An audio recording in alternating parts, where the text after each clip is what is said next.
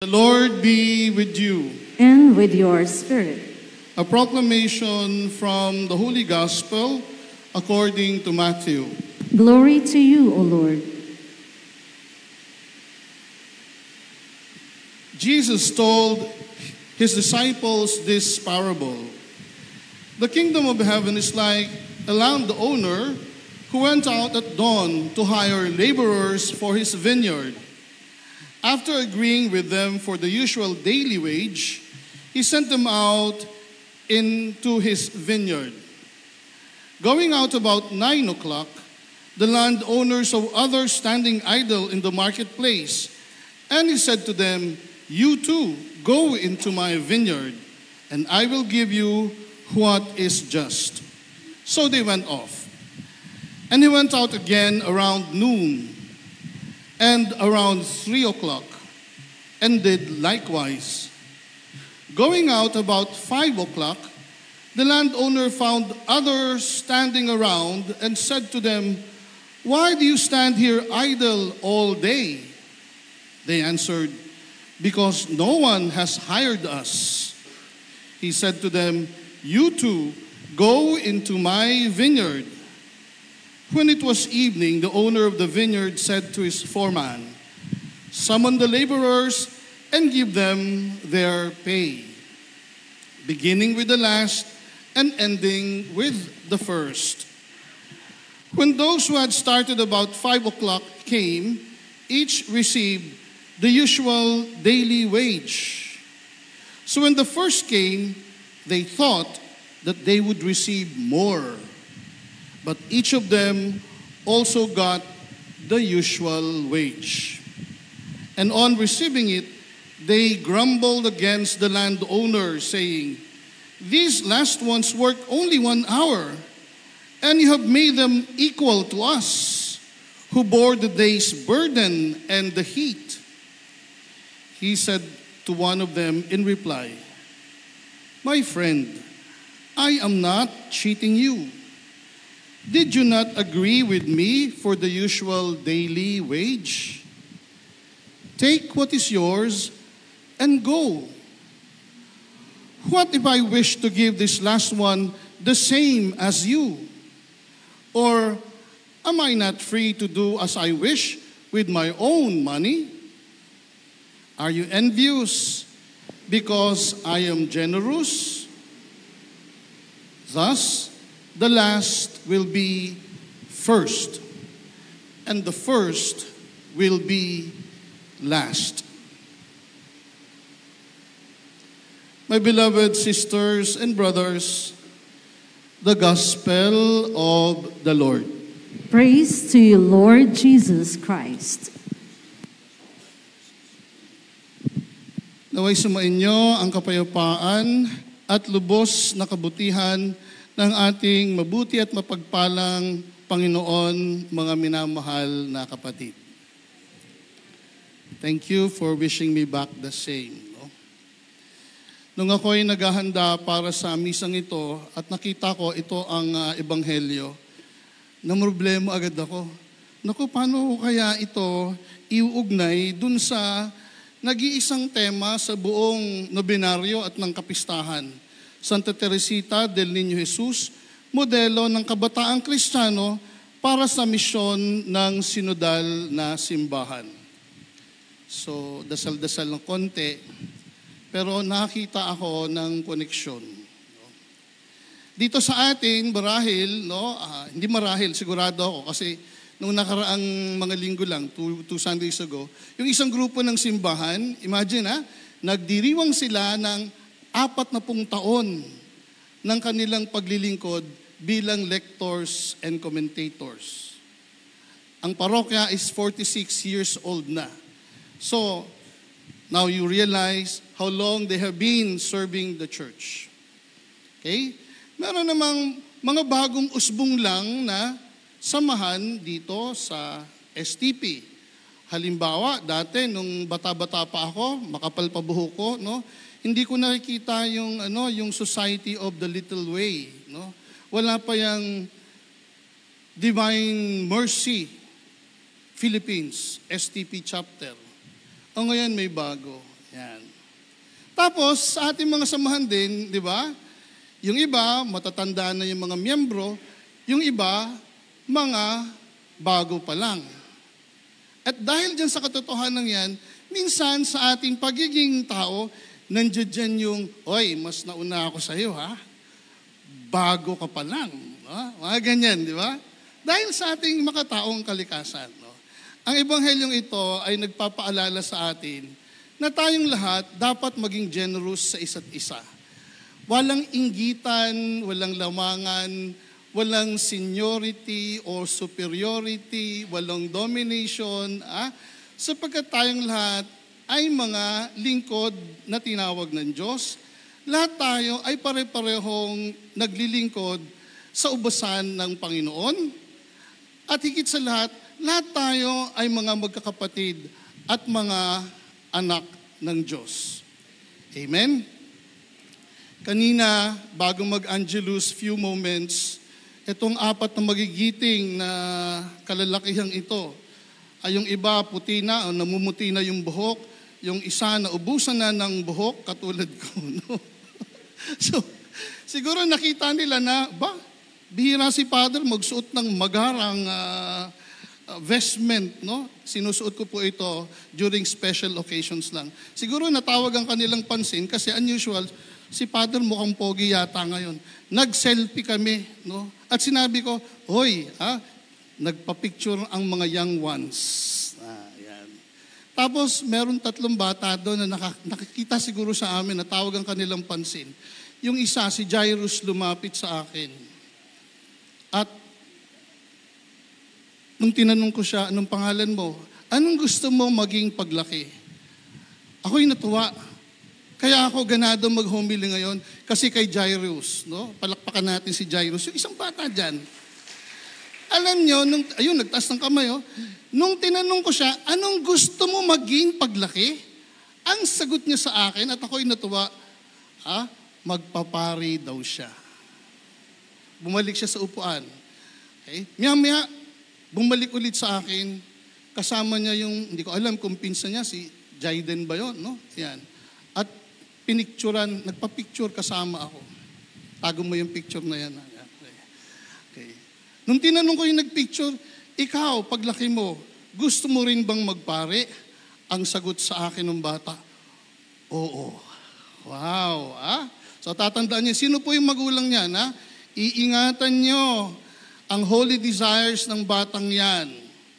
Pag hindi yan matupad, mananagot ka sa Diyos. Mananagot ka sa Diyos. Natutuwa po ako sapagkat yung napili nating paksa, parang tila baga, parang hindi naman para sa lahat ito. Diba? Sa kabataan lang. Last year, it was about the Christian family. Maikwento ko lang po, bakit ba ito ang napili natin na maging paksa o tema ng ating nobinaryo ngayon at ng kapistahan? Kasi ito po yung isa sa lumabas na priority concerns nung nagkaroon tayo ng synodal consultation more than a year ago.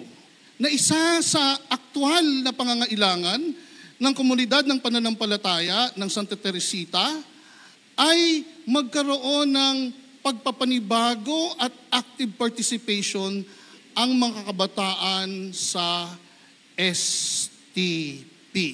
Natutuwa ako, marami akong mga kabataan na nakita dyan. No? Kaya nga, nung kami ay nagbalangkas ng panibagong mission, vision statements in view of the 50th Golden Jubilee, isa sa mga mission statement, nais ko lang pong basahin, no? Ayan. Isinasagawa namin ang misyon ng pagpapanibagong espiritual ng mga pamilya at kabataan sa pamamagitan ng pag-aanyaya sa kanila tungo sa mas aktibong pakikilahok sa ating parokya na may matibay na diwang sinudal. Mga minamahal na kapatid, si Santa Teresita, inspirasyon nating lahat, particularly ng mga kabataan.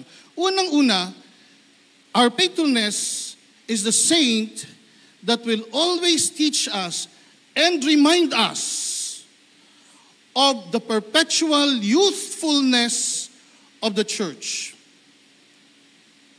Whether you are young ones, O-N-C-E, or young ones, O-N-E-S, all of us, according to the spirituality and teaching of Saint Therese, kahit na pumuti pa ang buhok mo, kahit mawala na ang buhok mo, we will always remain as children of God. And Saint Therese, our patroness, is teaching us and reminding us always na tayong lahat ay mga mumunting mga anak ng dakilang Diyos na ating Ama. Amen? Kaya lang, sa pagkakataong ito, bibigyan natin ng pansin, ng diin, ang role o papel ng mga kabataan sa simbahan. Actually, nandiyan dyan yung mga illustrations natin. Marami sa mga naglilingkod sa simbahan ang mga kabataan. Nandiyan dyan ba si Ace? Ayan, yung kasama niya si... Malabong mata ko no? Si Kyla ba yan? Si Dayan, no? Ayan si Joseph, ayan si Lawrence, no? Mga kabataan din, yung mga bata dyan, no? Okay. Sinasabi ng ating Santo Papa, lalong-lalo na sa kanyang apostolic exhortation dito sa Ecclesia in Asia, no? Number 47, sinasabi dito, Christian formation of young people in Asia should recognize that they are not only object of the church's pastoral care, so hindi lang yung mga kabataan inaalagaan ng pastoral care ng simbahan, but also they are agents and co-workers in the church's mission in her various apostolic works of love and service. Hindi lang sila huhubugin, sila mismo active agents and co-workers in the church's mission. Alam niyo po, ayon na rin sa ebanghelyo natin, young and old, all are invited to work in the vineyard of the Lord. Each and all are called in order to be sent. Every baptized is called to evangelize, each in his or her own way, according to our respective states in life. Because the church essentially exists in order to evangelize. That is not what I said, no? Si Kristo mismo ang nagsabi nito. The last words of Jesus in the Gospel of St. Matthew chapter 28. All authority in heaven and on earth has been given to me. Go therefore and make disciples of all nations, baptizing them in the name of the Father and of the Son and of the Holy Spirit. Teach them everything that I have taught you, I have commanded you. And remember, I am always with you until the end of time. Si Saint Therese, narinig natin kahapon sa homily ni Father Erning, no? Ang isa sa guide niya, no? Isang batang santa, no? At all her life, talagang batang-bata pa siya, nag-iisang outstanding figure sa kanyang horizon ng kanyang buhay bilang isang kabataan. Walang iba kung hindi ibigin si Jesus. Nothing more, nothing less, and nothing else. Sa murang edad na 3 years old yata, Ate Tess, no? Gusto niya nang ibigay ang kanyang sarili kay Jesus, no? Ayan, nabasa ko yan, no? Nakalagay dito, no? When she was 3 years old, sinabi niya na, I would like to preach. No? Nung siya ay 3 years old, ayan, sinabi niya na, ano bang sinabi niya? Ayan, no? From the age of 3, sabi niya, I have never refused the good God anything. Can you imagine? 3 taong bata, meron ng ganong spiritual awakening. Kaya mami, yung 2 bata dyan, 3 years old yata, 4 years old dyan, nagsisimula na ang kanilang spiritual awakening. Aalagaan nyo yan, no? And itong passage na aking binanggit sa inyo, si Saint Therese took it personally and took it seriously. Yung sinabi ni Kristo yan, yung mga huling salita ni Jesus. Makikita niyo, pagbabasa niyo ang kanyang buhay, no? Saint Therese of the Child Jesus and the Holy Face personally took to heart these words of Jesus that she herself was recorded to have said, and I quote, sabi ni Saint Therese, I would like to preach the gospel sa 5 continents on all lands until the consummation of the world. Can you imagine? Napakabata, no? Namatay siya, 24 years old lang. Ha? May 17, 1925, she was canonized by Pius XI, who 2 years after proclaimed her patroness of the mission, along with another young saint, Saint Francis Xavier. Although si Saint Therese, she never left the Carmel of Lisieux Monastery. She never traveled at all after she entered. Yung kanyang short life sa loob, dun lang siya. But she was proclaimed patroness of the missions. Why? Because she was very missionary at heart, no? Kaya nga, no? Si Saint Pius X, no? Itong Santo Papa na naging santo, no? Considered her, and I quote, the greatest saint of the modern times. At yun, inulit yun ng present Santo Papa, no? Na siya ay isa sa mga greatest saints sa panahong ito, no? Okay. Kasama si Padre Pio, by the way, September 23, ang feast day ni Saint Pio, no? Okay. So, she was born on January 2, 1873, and was baptized just 2 days later on January 4 as Marie-Françoise Therese. She was the youngest of 5 surviving siblings born to Saints Louis and Azélie Martin, na naging santa din.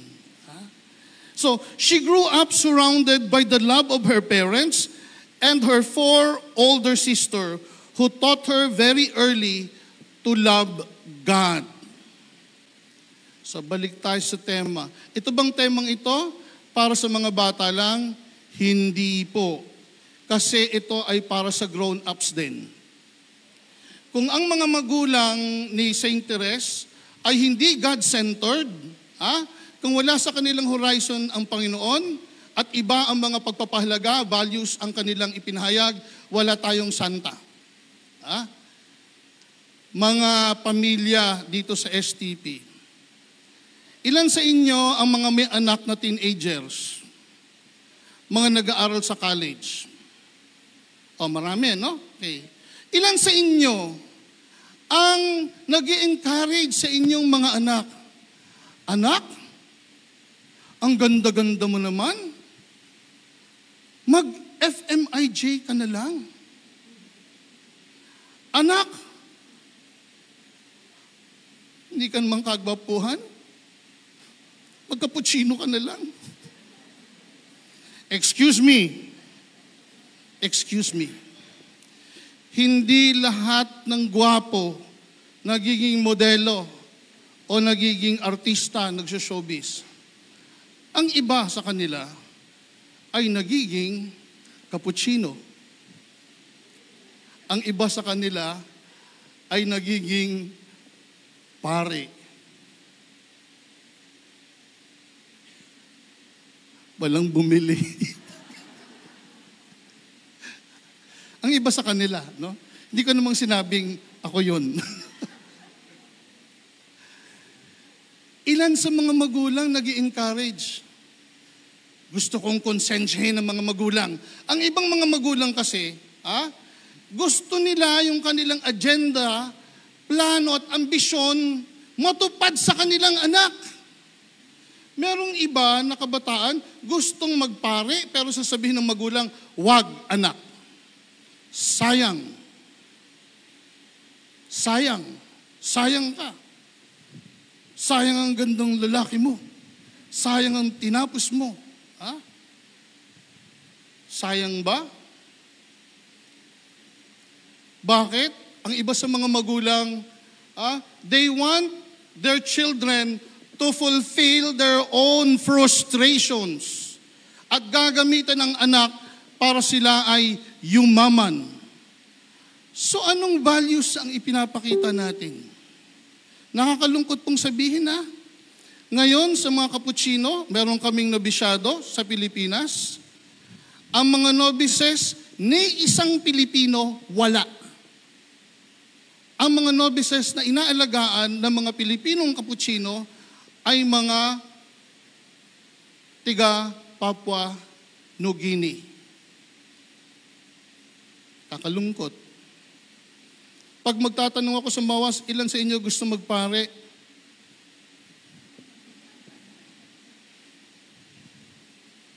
Kung hindi nyo i-encourage ang inyong mga anak, o kahit hindi magpare, pero turuan nyo, mag-provide kayo ng a Christian environment at home.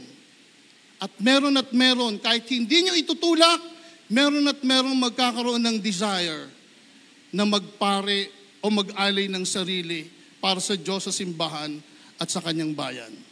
Amen? Kaya ang temang ito, kasama po kayo, tayong lahat.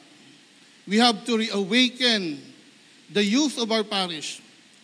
Libre naman pong mangarap, ano? Aking pinapangarap at dinadasal na pagkatapos itong nobenaryong ito, no, ay sana yung binhi ng bukasyon sa mga kabataan natin dito sa Santa Teresita. Balang araw, no? After 20 years, si Jairus magiging pare. Imposible ba? Walang imposible sa Diyos. Dito po sa darating na mga araw, isang dating youth leader, dating member ng FYM, no? Pumasok sa Capuchino, pero hindi nagtuloy, lumabas, nagtrabaho, bumalik ulit sa seminaryo, diocesan priest ng Diocese ng Cubao. Kilala niyo siya, marami sa inyo nakakilala. Father William Garcia. At siya'y talagang inimbita ko para dito. And 2 weeks ago, noong September 12, kami ng overall lay coordinator natin, kasama yung isa pang CFC couple, bumisita sa Lipa Carmel. And fortunately, nalibre yung aming tanghalian kasi in-invite ako ng kaibigan kong Carmelite nun sa loob. At nakasama namin doon, isang pare, and I was surprised, originally taga dito siya. Isa sa mga formator priests ng St. Francis Sales Major Seminary, dito ipinanganak sa parokang ito at nandiyan pa rin daw ang kanilang bahay, nandiyan pa yung kuya niya. Kalimutan ko lang po yung pangalan at I told him, naku, had I met you earlier, I would have invited you to be one of our priest presiders in our novena. Pero Father, isave mo na next year. Kung ako pa rin ang parish priest ng STP, iimbitahan namin kayo. So meron na. Na mula sa kabataan dito, no, posible. At isa pa sa pangarap ko, sana, no, may bagong organisasyon. STYM.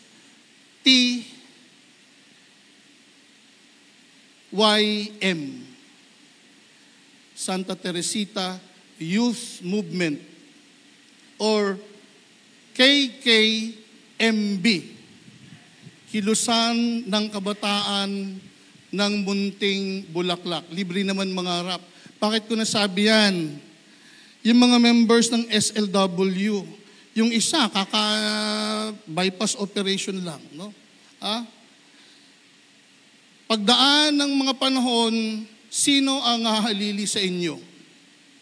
Pero kung may mga kabataan na tayo na natuturuan natin ng mga pagpapahalaga, espiritualidad, mga sinulat ni Santa Teresita. Na-inspire ako dyan kasi katatapos lang nung bisita patrona Napakasimple ng ginagawa. Kinikwento ang buhay ni Santa Teresita, nagninilay, nagpapahayag ng salita ng Diyos. Napakaganda. Bakit hindi natin gawin yan sa mga kabataan? Pwede sana. No? At magbo-volunteer ako at si Brother Mario, si Father Paul, kami ang inyong collaborators or spiritual animators. Saint Therese Youth Movement, kilusan ng kabataan ng Munting Bulaklak. Sila yung maglilinis ng simbahan every week.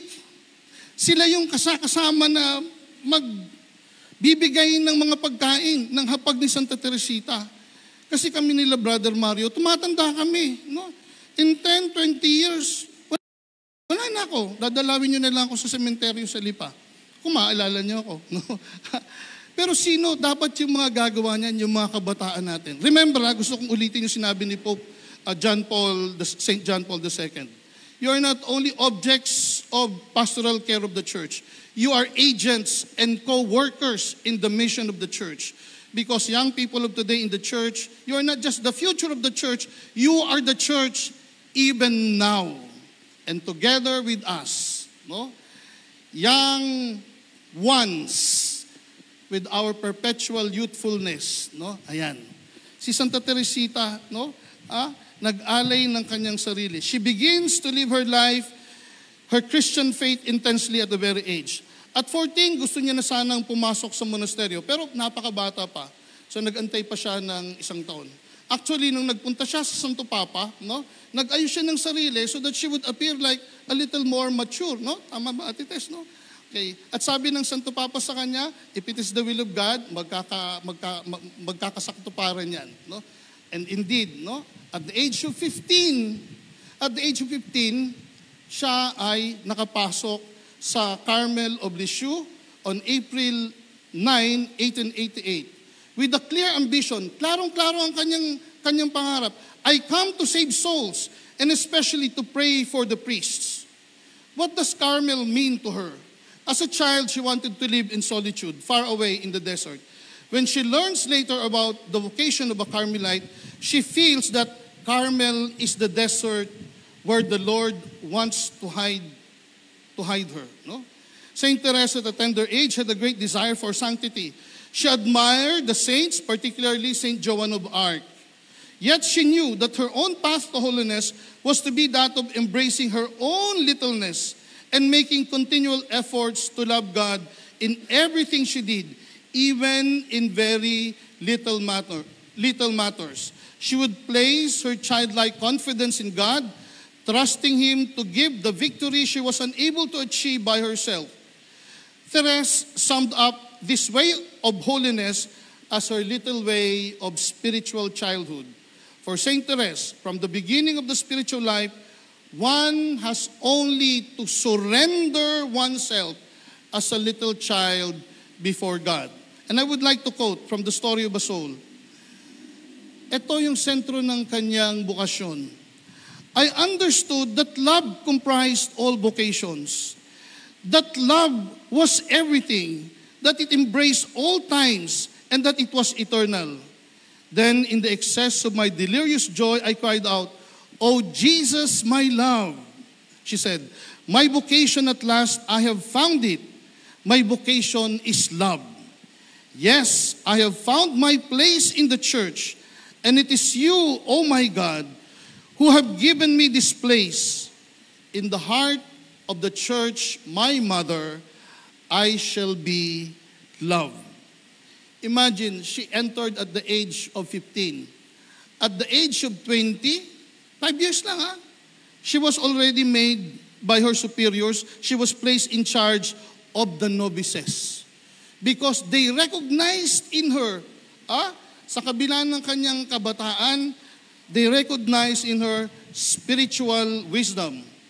She was also filled with far-reaching desires to be a missionary. Gusto niyang maging missionary, gusto niyang maging apostol, gusto niyang maging martir. But she knew that God meant these desires to be fulfilled in a hidden spiritual manner sa pamamagitan ng taimtim na pananalangin at daily sacrifice performed faithfully with great love for Him. Mga minamahal kong kabataan at mga minamahal kong mga kapatid ng Santa Teresita, bukasyon ang pinakadiwa ng ating panawagan bilang mga Kristiyano. Kung ang pag-ibig ay laging nasa ating puso, no? Lahat ng mga kabataang lalaki dito magiging pogi. Lahat ng mga, ayan, sila Dayan ba yan? Yung mga anak ni, yan. Kahit yung mga babae, magiging pogi. Babaeng pogi ba? Oo. Pretty outside, godliness inside. Ang ganda, no? Okay. Pretty outside, no? Because there's goodness inside. Presence of God inside. Pogi kayong lahat. At kung tayo ay umiibig, no? Hindi ka tatanda. Pag ikaw, kahit anong ganda mo, kung wala kang pag-ibig, hindi ka maganda sa mata ng Diyos. No? Kung saan ang pag-ibig, nandiyan dyan ng Diyos, at hindi ka tatanda. So, hindi yan drama, hindi yan romanticism. Si Saint Therese, yung love na yan, yung pag-aalay ng sarili, kahit na merong pagdurusa at tinitiis. Marami sa mga kabataan ng makabagong lipunan ngayon, ano ang kanilang laging disposisyon? Gusto nila comfort and pleasure. Saint Therese, our model, my dear young ones, is teaching us to love. And the greatest proof of love is when you know how to sacrifice for the beloved. So ang isang kabataan ng munting bulaklak, no? Ay isang kabataan na hindi laging nagrereklamo o nagdadabog o nagtataas ng boses sa magulang. Ha? Mga nanay dito, no? Sabihin niyo sa inyong mga anak, oy, tiga-STP ka, nakakaya sa ating santa. Ha?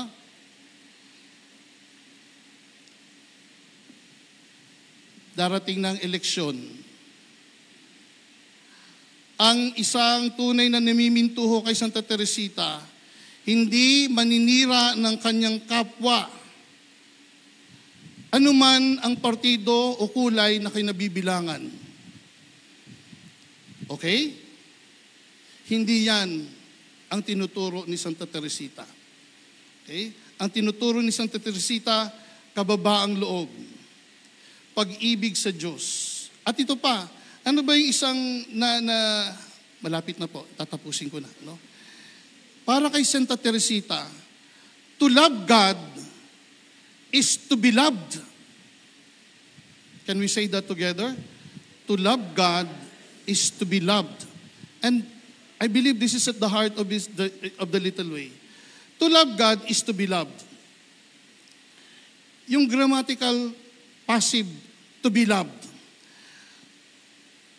Ang pamamaraan ng pag-ibig natin sa Diyos, para kay Santa Teresita, talagang napaka-wise teacher si Saint Therese, no? Ay yung hahayaan natin ang ating sarili na punuin ng pag-ibig ng Diyos. In other words, we have to totally open ourselves and submit and surrender our own selves to the influx of the love of God. Because much more than we want to love God, God loves us. He wants us to experience how much He loves us. And Saint Therese, yun yung ang sekreto ng kanyang spiritual childhood. No? To love God is to be loved. Hindi siya na-aspire na maging santa, hindi, pero punong-puno siya ng kabanalan. Bakit? No? Sapagkat tinatanggap niya ang kanyang kaliitan sa Diyos. No? At lahat-lahat, ay galing lamang sa Diyos. Ang kanyang holiness, walang iba kung hindi yung kanyang karanasan na siya ay pinuno ng pag-ibig ng Diyos at yon ay kanyang isinalamin sa kanyang pang-araw-araw na buhay. Isinadiwa niya at isinabuhay niya ang pag-ibig ng Diyos. Pag-ibig ng Diyos na tinuturo ng ating the youngest doctor of the church. To love is to be loved. Let us open ourselves. Let us be totally surrendered, totally submissive to the love of God who wants to fill us, who wants us to be full of love so that we will be filled with God's love and we will spread the love of God to others. Ito yung isang quotation na lang po at magtatapos na ako. No? There is one only thing, ito kay Santa Teresita to, no, nanggaling, sulat niya kay Sister Celine. There is one only thing to do here below, to love Jesus, to win souls for Him, so that He may be loved. Let us seize with jealous care every least opportunity of self-sacrifice. Let us refuse Him nothing. He does so want our love. May the Lord give you peace. Let us now rise and present our petitions to the Lord.